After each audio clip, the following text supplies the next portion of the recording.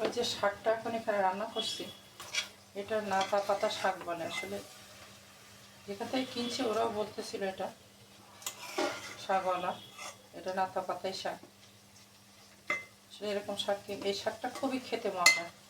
তবে শাকে কোনো মাছ আসলে না দিয়ে ভালো, এমনিতে অনেক টেস্টি। আর মাছ বলতে চিংড়ি মাছ দিলে একটু বেশি ভালো হয়, বাট আমার তো এখন চিংড়ি মাছ নাই, সেই জন্য।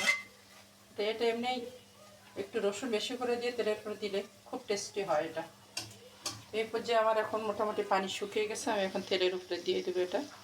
দেখে আমি এখন এই যে পেঁয়াজ বেরেস্তা করে নিয়েছি, এখন এখানে দিয়ে দিচ্ছি।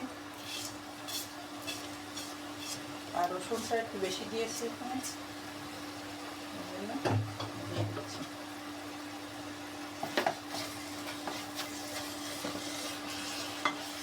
খাইতে যা হবে আসলে আপনাদেরকে খাওয়াইতে পারলাম না, এখানে দুঃখিত।